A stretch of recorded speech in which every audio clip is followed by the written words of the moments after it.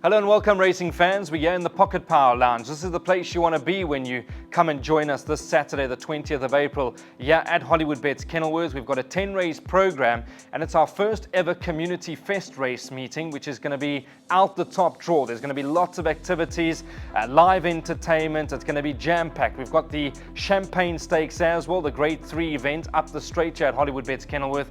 So lots to look forward to this coming Saturday, the 20th of April. I'm here to do a quick preview for you. Get those computer forms out. Let's start studying. Let's get involved. There's 10 races to dive into. The first race goes off at 12:20. The bipod starts in race number 2. That'll be at 12:55. The PA race 3 at 1:30. Pick 6, the one that we all want to catch. The bet we're all in line for. It's going to pay some good money come Saturday. Race 4 at 2:05. The first jackpot race 5 at 14:40. And the second jackpot race 7 at 15:50. All things being equal, I think the last race goes off race 10 at 17:35. So come and join us. Bring your family, bring your friends. It's going to be an action-packed day and lots to get involved in come Saturday, the 20th of April. All right, so I'm going to run through it quickly. Race number 1, I've narrowed down to 3 horses. We'll start with number 1, Worldly. Glenn Cotson, the trainer. Richard Farie's been booked to ride. Put in a lovely 4th on debut with natural improvement, back from a small break. I am expecting Worldly to go a lot better in the first race. The horse that they all need to beat, no doubt, is number 14, Kai Boy. Candice Bass Robinson and Aldo Dermeyer, they team up. This horse ran second to the very talented Lion Rampart on debut. Now what's interesting is they were almost 8 lengths clear back to the 3rd placed horse, All Is Green. So I think Kai Boy, a horse that does look to be very smart, and I'm expecting him to go very close to winning come the first race. And then finally I want to chat about number 16, Bagatelle Flash. Ran second on debut. Craig Zaki's been booked to ride for Eric Sands, and then last time out ran 7th. That was behind Miss Argonaut. Now he was beaten 8.5 lengths, so I wasn't too impressed. I went back to watch the replay. I expected a bit more from Bagatelle Flash, but I'm hoping he can put that run behind him. The yard's certainly in form, and he should put up a good account of himself as well. That'll be Bagatelle Flash, number 16. Horse they all need to beat in race 1, number 14, Kai Boy. I'm expecting number 1, Worldly, to go a lot better, and then number 16, Bagatelle Flash as well. Race number 2 is the first leg of today's bipot. Now, if we have a look at race number 2, the automatic first selection will be Talk to the Master. There's no doubt that he's a very smart horse. He won super impressively last time out. Bernard Fader-Herb has been booked to ride for Vaughan Marshall. And word is he puts up phenomenal work back at home. So I'd imagine that there's some big races lined up for Talk to the Master. He won well enough last time. He cruised through them at the 400 and he had them sewn up that last 200 meters or so. So he's my first selection. I think he'll open up quite short. El Capitan should improve. He's got a couple of lengths to find on Talk to the Master.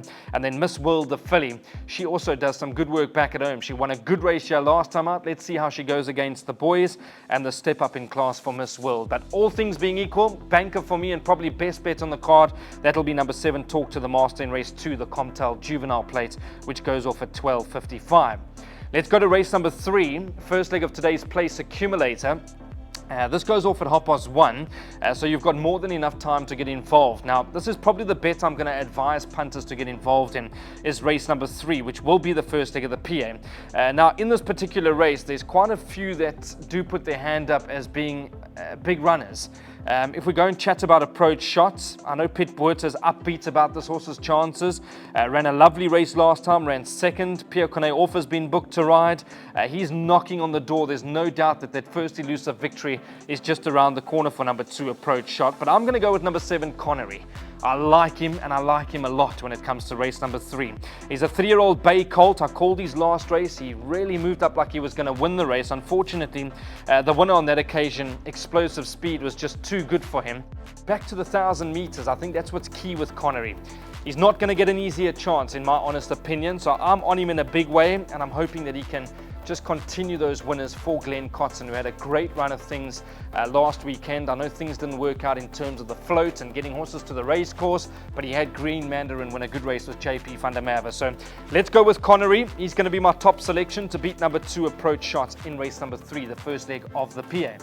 Let's go to race number 4. 2:05 is the first leg of the pick 6. Rally Around. Get your friends involved. Let's try and spend a bit in this pick six. Going to pay some good money. It's the Penbev Open Maiden for fillies and mares over 1,200 meters. Now I want to chat about number 6 Spirit Guide. Craig Zaki for Dean Caname ran great third last time. A very nice looking individual this. Don't watch her move down to the start. She might just put you off. But she's a lovely looking filly, is number 6 Spirit Guide. She ran third last time out. She's also banging on that door, so I'm expecting her to go very close. You can make a case for number 7 Rocking Peony. Richard Faree gets the ride for Greg Enyam, a horse that likes to switch off. Now her last one was over 1,400 meters. Interesting that they've got her back up the straight over 1,200 meters, but this does look to be the right race for Rocking Peony, so she should go very close. Number 11 Charlene, this will probably open up your favorite. Penultimate start she ran second, a very good second on that occasion. That was behind Trey Chic, who's been somewhat disappointing. And then last time she ran third, did Charlene, and Louis Mkot was being booked to ride for Brett Crawford. That third was behind Waguk. Now we know Waguk's come out to frank the form line. We know Tokyo Princess has come out to frank the form line, as has Sun Spectacular. So those form lines are quite strong of her last run. So Charlene, if she's anywhere near ready, she could be the filly they all need to beat. She's been off the racetrack for 98 days as Charlene, so it's been interesting to find out from Brett and the team to see where they are in terms of preparation. And then one more I want to chat about before I bore you. Cotonui, number 16. Lucinda Woodruff and Grant Van Niekerk. No weight on the back. This horse ran 7th last time out, and I think with natural improvements and being in the right race, being an open maiden, I think Cotonui must have some sort of a quartet chance as well. I don't like the look of the race. It is the first leg of the pick six. If I had my way, I would advise punters to go with a big FOV just to make sure that you're safe and sound. First jackpot starts in race number 5. Now 14:40 is the off time of race number 5. There's a few I want to chat about. Number 4, 2020 Vision. Interesting, being gelded from the Brett Crawford yard. Louis Mkotwa gets the ride. Now this individual's done nothing wrong, but he did go for the unkindest cut of all, did 2020 Vision, and I'm hoping that will be the trick. He's been off the track 119 days. He doesn't find the strongest of races, and if he's ready to rock and roll, he could be the horse that they all need to beat. That's number 4.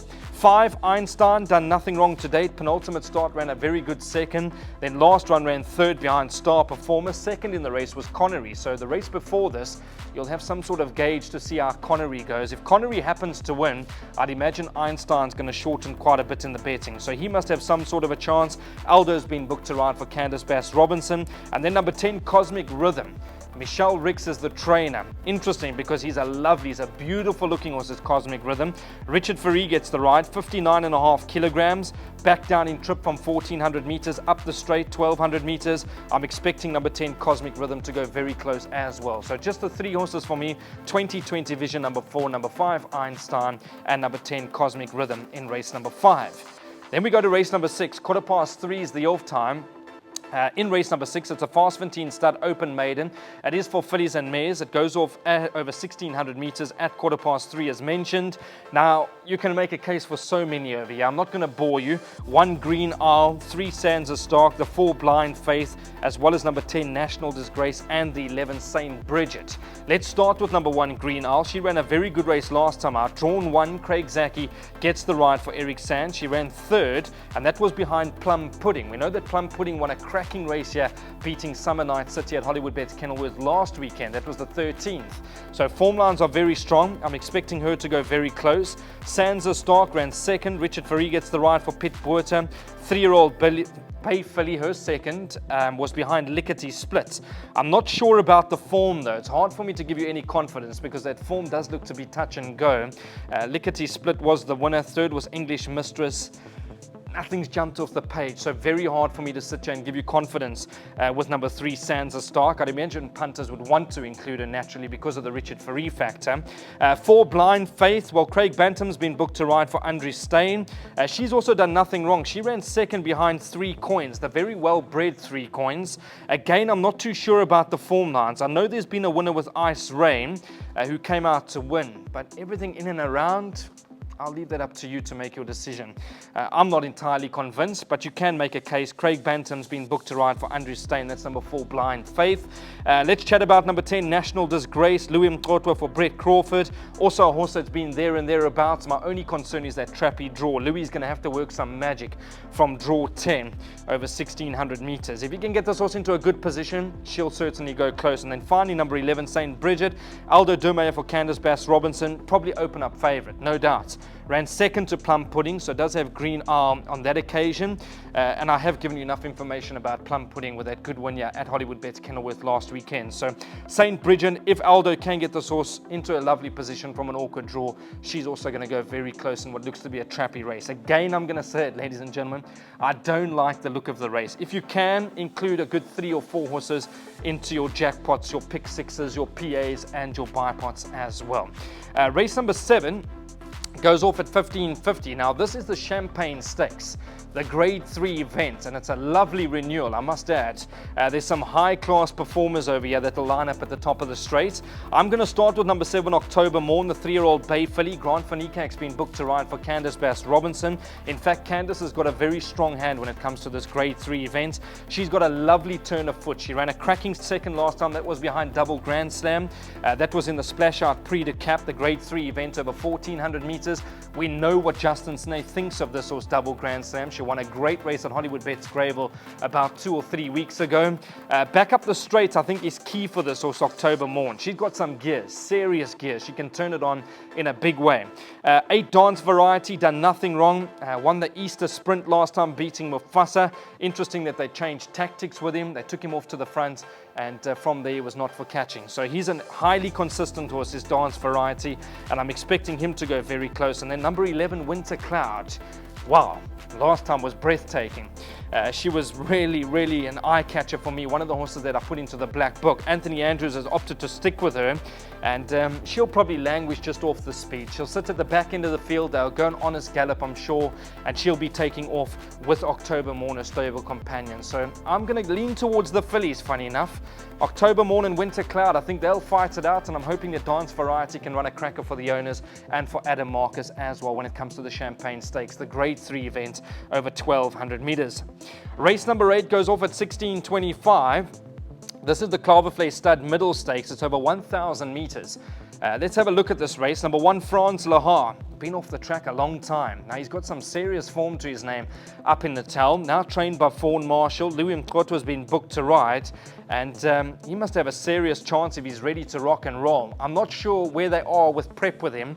As I mentioned, he's been off the track for a good over a year. The exact date, 437 days. It's a long time to come back and expect this horse to be ready. So we'll get some comments, I'm sure, from the Vaughan Marshall yard. Let's see what he looks like in the preliminaries. Let's watch him go down to the start, and then you can make up your mind about number 1, France Lahar. But he has got some good form to his name up in Natal. 3, Paroshka, big runner. Aldo Durmeyer has been booked to ride for Candice Bass-Robinson. A very good second behind the Abdicator last time out, and is better off at the weights. Is this horse Paroshka, so you can make a case for him. 7, Tough Terrain, a horse that can also switch it on quite nicely, that last bit.